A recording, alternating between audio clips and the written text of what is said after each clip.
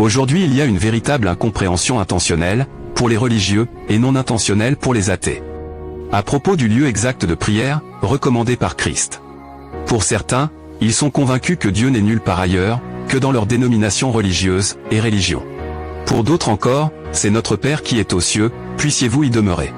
Mais pour ceux qui vivent vraiment la parole de Dieu, sans la convertir à leur volonté propre, afin qu'elle les profite, ceux-là savent où se trouve vraiment Dieu. Et en tout cela, les athées se voient complètement dépaysés, en sorte que pour la plupart d'entre eux, ils ont cru, et croient désormais à la version religieuse, c'est-à-dire Dieu est dans les dénominations religieuses, et religions. Et que donc c'est lui l'auteur, et l'acteur, donc évidemment le coupable, de tout ce qui s'y fait d'abominable, dans ces demeures de démons.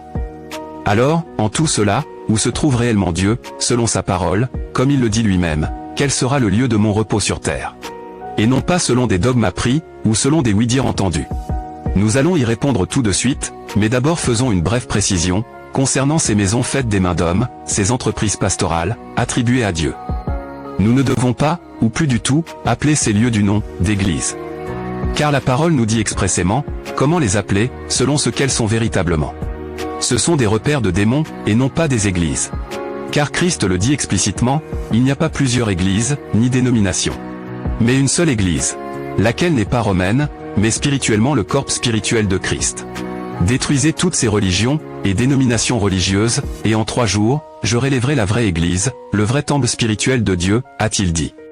Du moment donc que l'actualité charnelle, contrarie cette parole, comprenez aussitôt, que tout cela n'est pas de Dieu. Car Dieu est un Dieu d'ordre, et non de désordre, d'unité céleste, et non pas d'unité œcuménique.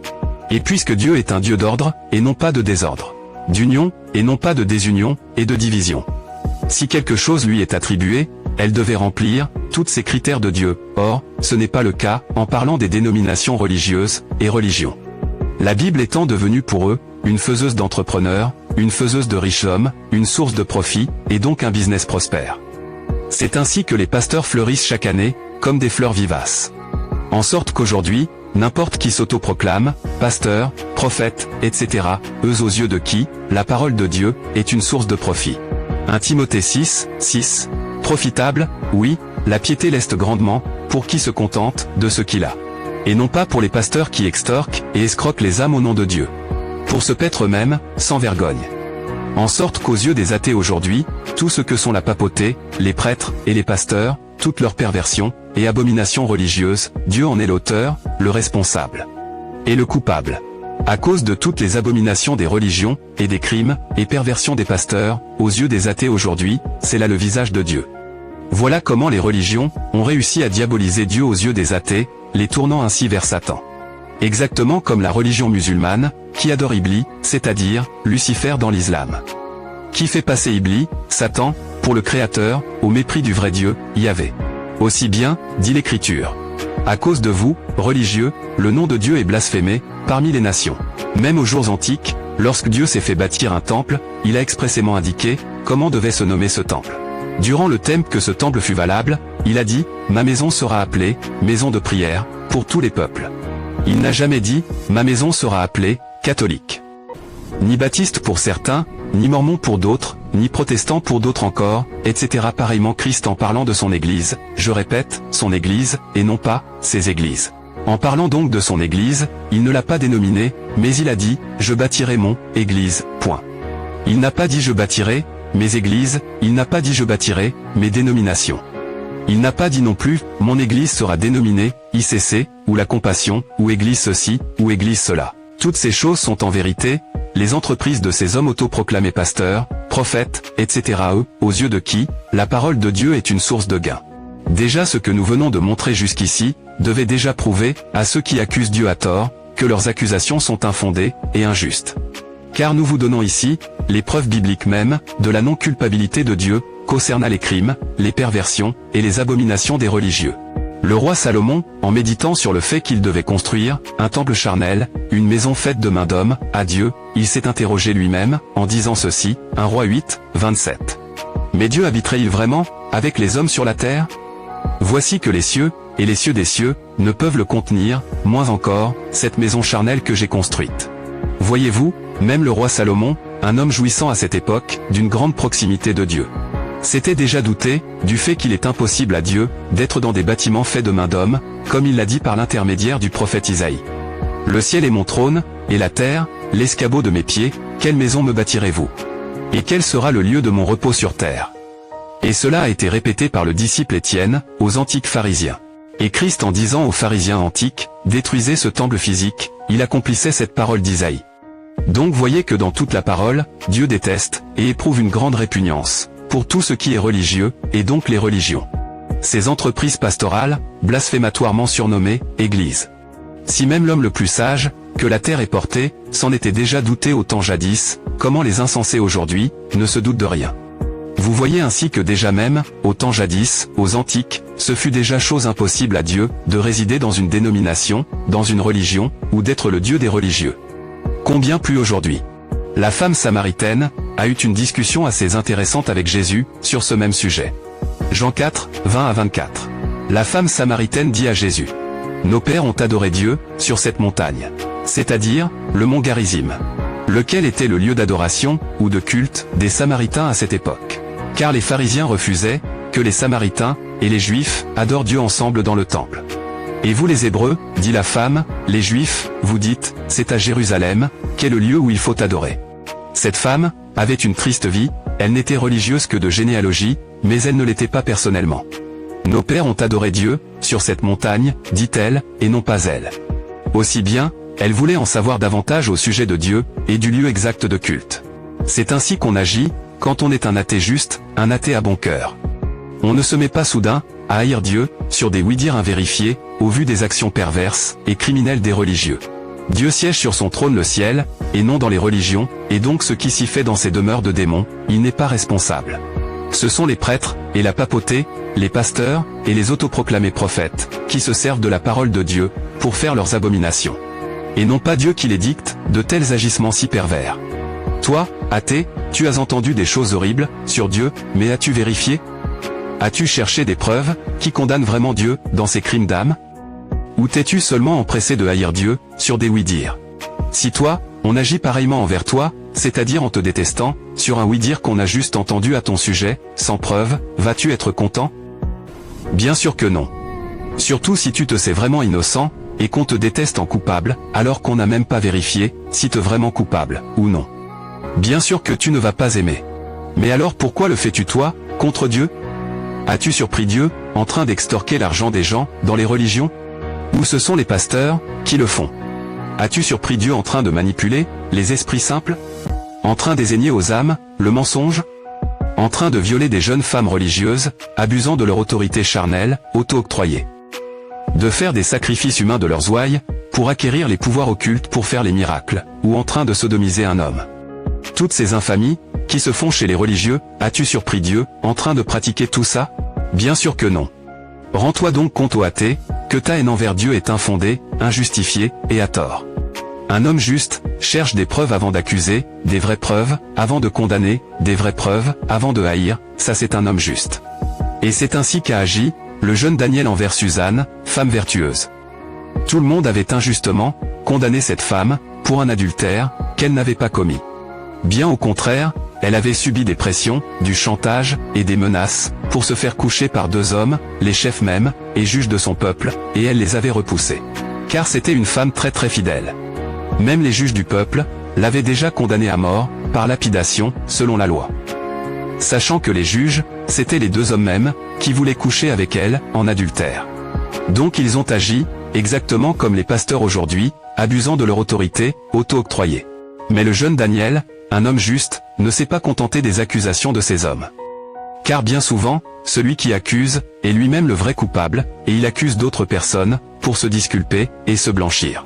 Et Daniel, vint interrompre l'injuste verdict, et chercha des preuves véritables, avant d'être d'accord, qu'on condamna à mort, cette femme selon la loi. De peur d'entendre la voix, d'un sang innocent, lui crier dans la conscience, toute sa vie. Et il a cherché des vraies preuves, avant d'accuser, il a mis de côté les oui-dire, des accusateurs de cette femme. Et il a cherché, des vraies preuves.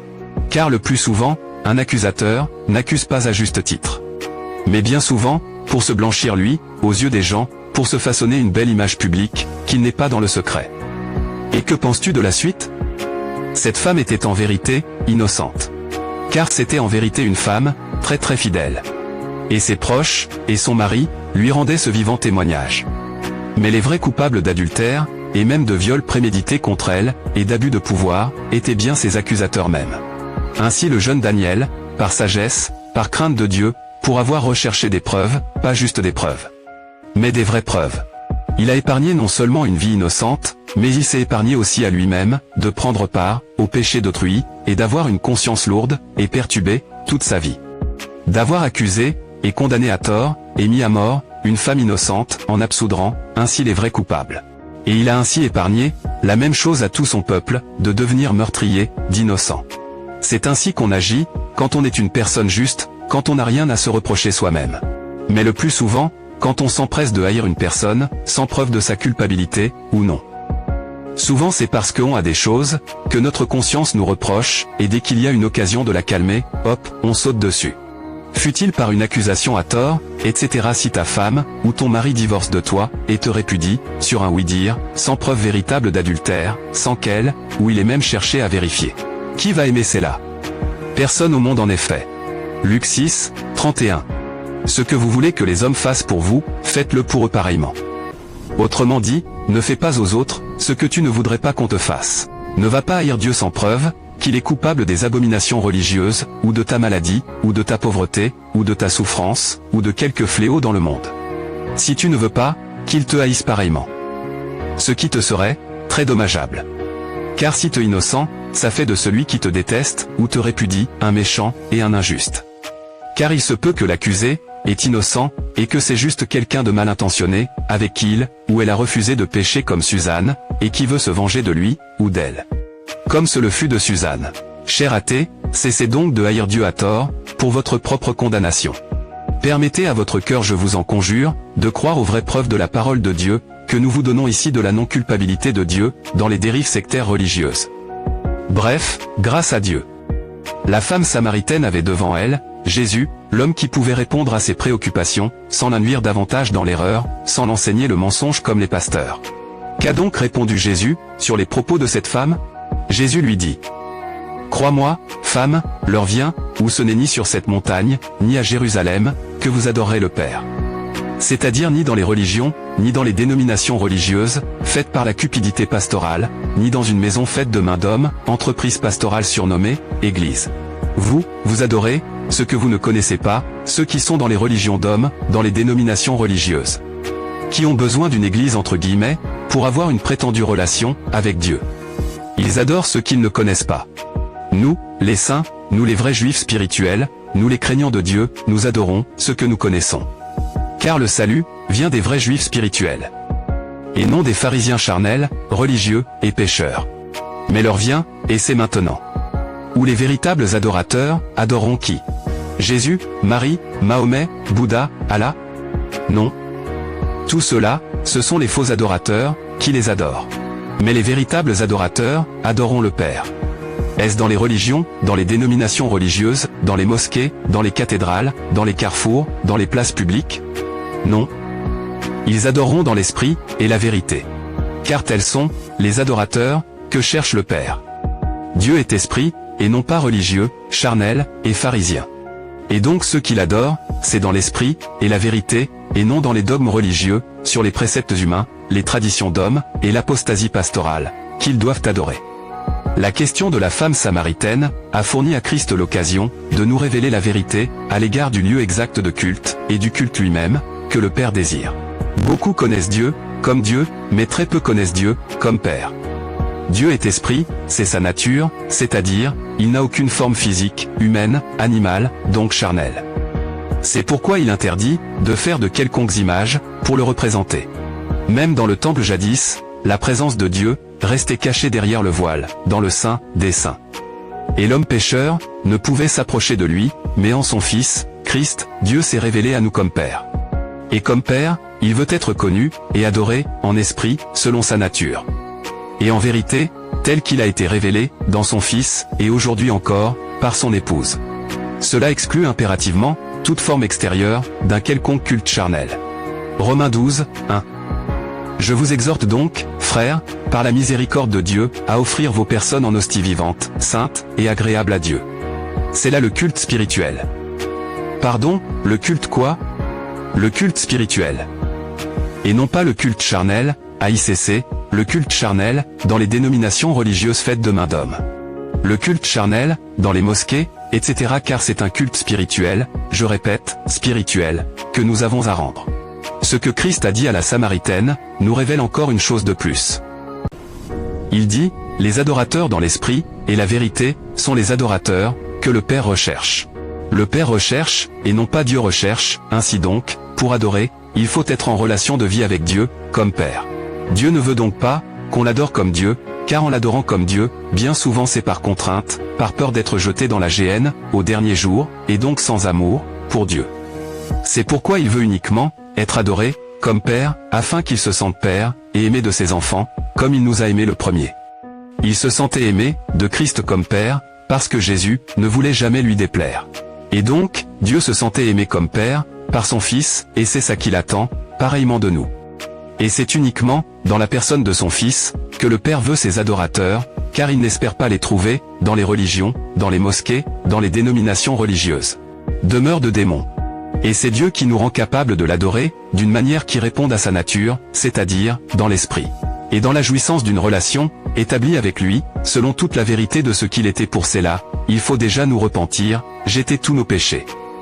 Ensuite de boire l'eau vive, que Christ nous donne, qu'est la parole de vérité, de son unique épouse. Et de mettre en pratique désormais, toute sa parole, sans se borner de juste la lire, comme un passe-temps. Ou de l'écouter, sans jamais produire aucun bon fruit. Alors quelle révélation précieuse, cela fut pour cette pauvre femme samaritaine, en ce jour-là. Sachant que les Juifs pharisiens, excluaient du culte judaïste les Samaritains, qu'ils regardaient comme idolâtres, et païens. Alors que eux-mêmes, n'étaient pas un exemple de piété, de soumission, de crainte, et d'obéissance à Dieu. Et là, Christ, un vrai Juif accueille la Samaritaine, au culte non charnel, mais spirituel. Les pharisiens empêchaient cette femme d'adorer Dieu, charnellement dans le temple, et voici qu'elle est accueillie, à adorer Dieu en esprit, exactement comme il le demande. Christ montra donc à cette femme, qu'elle n'avait plus à redouter, que les Juifs pharisiens l'empêchent d'adorer Dieu, dans le temple, parce qu'elle est samaritaine. Mais que justement, le culte qu'on la refuse de rendre, est exactement la culte charnel qu'elle n'a pas à rendre, parce que c'est ce culte même, que Dieu désapprouve. Mais qu'il lui suffit, d'offrir sa personne en hostie vivante, sainte, et agréable à Dieu, c'est là le culte spirituel, que Dieu demande à lui rendre. Quelle est la différence entre le culte charnel, des dénominations religieuses, et religion? Et le culte spirituel? Le culte charnel, l'homme le pratique, ensuite il poursuit sa vie de péché, et à chaque culte, il vient soulager, ou calmer sa conscience, en rendant un culte charnel. Mais le culte spirituel, c'est tout simplement, ne plus pratiquer le péché. Romains 12, 1. Je vous exhorte donc, frères, par la miséricorde de Dieu, à offrir vos personnes en hostie vivante, sainte, agréable à Dieu. C'est là le culte spirituel que vous avez à rendre. Donc pour rendre un culte à Dieu, ce n'est pas d'aller dimanche dans une dénomination religieuse, mais tout simplement, en ne pratiquant plus le péché, voilà le culte spirituel que Dieu demande. Quel grand contraste, à crier tous les dimanches au nom de Jésus dans les religions, mais on demeure inchangé. Et de juste abandonner son péché, pour ne plus jamais le pratiquer, et nous vrai adorateur, et agréable à Dieu. Dans l'esprit, et la vérité, donc en dehors de tout temple, en dehors de toute religion, cathédrale, mosquée, dénomination, ICC, etc. mais l'heure vient, et c'est maintenant. C'est-à-dire le temps de la grâce, où chacun peut participer à ce privilège, sauf ceux qui se le refusent, à eux-mêmes. En ne croyant pas en Christ, en ne mettant pas en pratique, la parole, en n'obéissant pas, donc en ne craignant pas Dieu. Car ne pas obéir à Dieu, c'est ne pas craindre Dieu, parce que quand on obéit, c'est qu'on craint. Et l'inverse est vrai, quand on désobéit, c'est que nous ne craignons pas. Prenons le mauvais exemple des religieux, s'ils craignaient Dieu, on retrouverait, tout ce que nous montrons ici, de la vérité tout entière, dans leur vie religieuse. Hélas, ils n'ont aucune crainte de Dieu, pour se foutre à ce point de la parole de Dieu. Pour faire autant de contraires intentionnels, de ce que commande la parole de Dieu. Ainsi, Christ vient de nous montrer que les religions, ne sont donc pas de Dieu, que le Vatican, n'est pas de Dieu, que les mosquées, ne sont pas de Dieu. Que les dénominations religieuses, protestantes, etc., ne sont pas de Dieu. Et donc toutes les abominations, et toutes les infamies, qui sont commises dans ces demeures de démons, n'ont aucun rapport, aucune concordance, aucun lien avec Dieu. Car comment pourrait-il avoir de lien avec Dieu, quand Dieu est saint, et qu'il a horreur, de tout ce que ces démoniaques commettent? Et pour finir, Christ nous dit exactement, à haute et intelligible voix, et avec grande précision, le lieu exact où trouver Dieu aujourd'hui. Et ce n'est pas du tout dans les demeures de démons surnommés « Église ». Matthieu 6, 6. Pour toi, le disciple non religieux catholique, protestant, etc. toi quand tu pries. Retire-toi, dans ta chambre, retire-toi où? Retire-toi, dans ta chambre. Ah! Donc c'est pas dans les supposés, églises, donc c'est pas à la mosquée, mais dans ta chambre. Ferme sur toi la porte, et prie ton Père qui est là. Prie qui? Est-ce Dieu? Est-ce Jésus? Est-ce Allah? Est-ce Marie? Non. Prie ton Père. Donc pour prier, il faut être fils et fille, afin de prier le Père. Dans l'Ancien Testament, on priait Dieu, sous la loi donc, on prie Dieu. Mais dans la nouvelle alliance en Christ, et dans l'alliance plus excellente dans l'Esprit, on ne prie plus Dieu, mais le Père. Matthieu 6, 9. Vous donc, priez ainsi, notre Père, qui est dans les cieux, et non pas notre Dieu, qui est dans les cieux. Notre Père, c'est pour les fils et filles uniquement, car pour prier le Père, il faut être fils et fille. Mais les religieux demeurent sous la loi, eux donc, c'est leur Dieu qui est aux cieux, et pas notre Père. Prie ton Père qui voit dans le secret. Pour prier le Père, il faut être fils et fille. Et pour être fils et fille, il ne faut pas être dans aucune religion, quel que soit son nom, dans une dénomination, quel que soit le pasteur à sa tête. Mais c'est dans le Christ, qu'on prie le Père. Prie ton Père, qui est là dans le secret. Voyez cher athée, et s'écrit, Dieu est dans les religions publiques, dans les mosquées publiques, dans les dénominations publiques, dans les cultes religieux publics? Non. Mais dans le secret de la chambre, là où tu n'as pas de dîme à payer aux pasteurs, et aux prophètes qui s'autoproclament entre eux, qui se donnent des huiles d'onction charnelle entre eux. Vous comprenez ainsi, pourquoi la création des bâtiments religieux, par les pasteurs. Parce que si les gens obéissent à cette parole, en n'ayant pas de religion, mais faisant exactement ce que Christ dit ici, alors, ô combien les pasteurs ne seraient jamais devenus les millionnaires et milliardaires qu'ils sont devenus par l'argent extorqué et escroqué aux gens au nom de Dieu. Personne ne se serait jamais paix lui-même et s'enrichir sur tous ces religieux endurcis s'ils avaient simplement obéi à la parole de Dieu sans se donner des pasteurs en quantité. Au gré de leur passion et l'oreille les démangeant d'entendre des fables. Plusieurs personnes ne se seraient jamais fait escroquer tout leur argent par des prophéties mensongères. Ils n'auraient jamais donné leur dîme pour acheter la vérité, et c'est le mensonge que leurs commerçants pasteurs les vendent. Plusieurs familles ne se seraient jamais fait dépouiller et appauvrir. Et c'est là justement le but des créations de bâtiments dénominatoires, religieux. Non seulement ils vous font désobéir à cette parole de Christ, et en plus, vous estorquent tout votre argent. Donc vous êtes non seulement appauvris, mais surtout privés de la vie éternelle, en désobéissant à la parole de Dieu.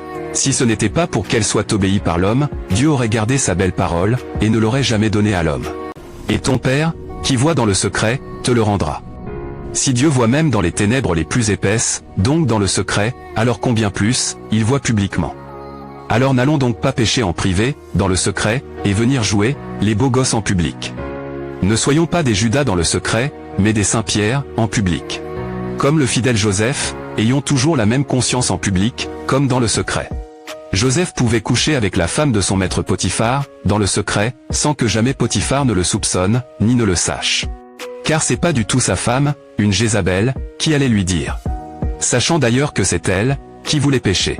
Mais Joseph était tellement conscient de Dieu, en tout lieu, en public, comme en privé, en présence de Potiphar, comme en l'absence de Potiphar. En sorte qu'il a refusé, de pécher en privé, de peur de devoir faire ensuite l'hypocrite en public, devant son maître Potiphar. Mais il était tellement conscient, que Dieu tout, et partout, même si Potiphar ne voit pas. Voilà un exemple de conscience, constante, en tout temps, et en tout lieu. Pas qu'en certains lieux, et un peu moins en d'autres lieux. Ou bien une conscience tardive, qui ne paraît qu'après chaque péché, mais jamais avant de pécher. Joseph savait, que même si Potiphar ne lui voit pas, Dieu lui voit. Aussi bien, il n'a pas péché en privé, comme il n'a pas péché en public. Pour le petit niveau de connaissance de Dieu, que j'ai acquise. Je dis petite connaissance, car même dans l'éternité, on n'aura jamais fini d'apprendre de Dieu. Car Dieu est un vaste océan de connaissances, qu'on s'abreuve sans fin. Malgré que les pasteurs dans leur orgueil, ils jouent les érudits de Dieu, alors qu'ils n'obéissent en rien, de ce qu'ils prétendent connaître de Dieu. Castanou a beau agiter ses dieux m'a dit, à tout va, afin que son apostasie soit crédible. Cependant aucun homme au monde, ne peut se vanter de connaître Dieu parfaitement, sauf l'Esprit Saint. 1 Corinthiens 2, 10 à 11. Car c'est à nous que Dieu l'a révélé par l'Esprit en effet sonde tout, jusqu'aux profondeurs de Dieu. Qui donc entre les hommes, c'est ce qui concerne l'homme, sinon l'esprit de l'homme qui est en lui. De même, nul ne connaît ce qui concerne Dieu, sinon l'Esprit de Dieu. Donc par la petite connaissance que j'ai de Dieu, je sais aujourd'hui, que Dieu aime un homme qui se sanctifie, dans une chambre vide, plus que celui qui joue les saints en public. Parce que celui qui se sanctifie dans le secret, celui-là seul, est un homme vrai, en public. Plutôt que de faire, le saint en public, mais en privé, tu pèches en adultère, avec la femme d'un autre, en pensée, ou en acte. C'est envers Dieu, que nous aurons à rendre compte de tous nos actes, alors à quoi bon, tromper l'homme comme nous? Ça ne nous rend, que plus odieux, plus infâme à Dieu, et aux hommes. Lorsqu'arrivera ce grand jour, où chacun recevra sa louange, ton Père qui voit dans le secret, te le rendra. Tandis que ce jour-là, si nous avons déjà reçu les louanges des hommes aujourd'hui, nous perdrons, celles de notre Père, et quelle perte! Car ce que nous recevons des hommes passe, mais ce que nous recevons de Dieu, dure éternellement. Dans les prières, comme dans tout exercice de piété envers Dieu, n'agissons jamais, afin d'obtenir les louanges d'autrui. Les prières chez les païens, comme hélas, en général, dans la prétendue chrétienté aujourd'hui, est considérée plutôt, comme l'accomplissement d'un acte méritoire. Plutôt que comme la présentation à Dieu, de véritables besoins et comme un dialogue, une conversation avec Dieu.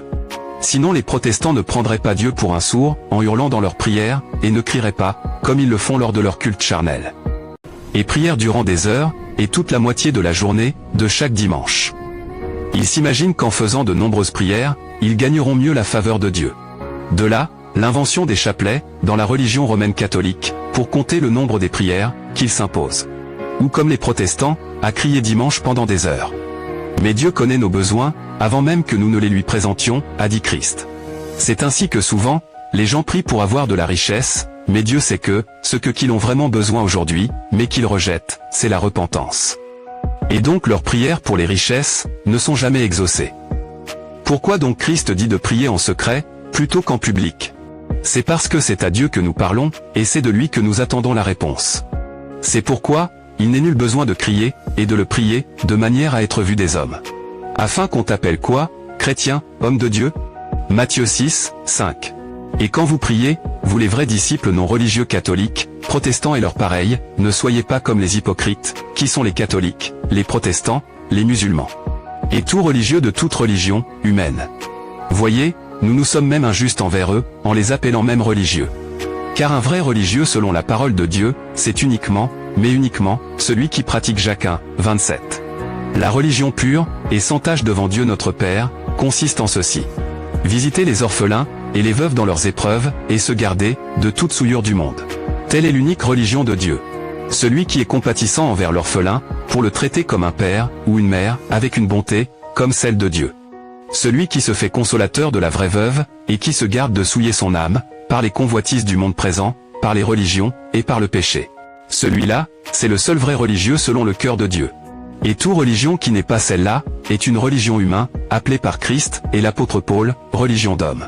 Quant aux gens des religions humaines, ou d'hommes, aux gens des dénominations religieuses, blasphématoirement appelées Église, ceux-là, pour Christ ce ne sont pas des religieux. Car Jacques 27, est l'être morte chez eux. Mais eux, ce sont des hypocrites. Oui, des hypocrites. Matthieu 6, 5. Et quand vous priez, vous les vrais disciples non religieux catholiques, protestants et leurs pareils, ne soyez pas comme les hypocrites. Qui sont les catholiques, les protestants, les musulmans, et tout religieux de toute religion, humaine. Ils aiment, pour faire leurs prières, tous les religieux, à se camper dans les synagogues, c'est-à-dire, dans ce qu'il appelle église aujourd'hui. Et en plein carrefour, comme les musulmans le font avec perfection. Et tout c'est là pourquoi? Eh bien, toujours pour la satisfaction de la chair, pour la gonflement de l'ego, pour le m'as-tu vu, car, afin qu'on les voie. En vérité je vous le dis, ils tiennent déjà leur récompense, par leurs nombreuses vues, obtenues. Voyez cher athée, combien toute la parole de Dieu, par un seul verset, ne fait l'éloge des pasteurs, et n'approuve les religions. Au contraire tous les versets bibliques qui parlent des pasteurs, c'est toujours pour les blâmer, pour les reprendre, tellement ils sont répréhensibles à tous égards. Voilà cher athée, nous espérons que vos cœurs ne s'endurcissent pas, mais que maintenant vous avez enfin compris, et essayerez de ne plus confondre religion, et Dieu. Ni attribuer automatiquement, et systématiquement le mot religion, ou église, à Dieu. Amen.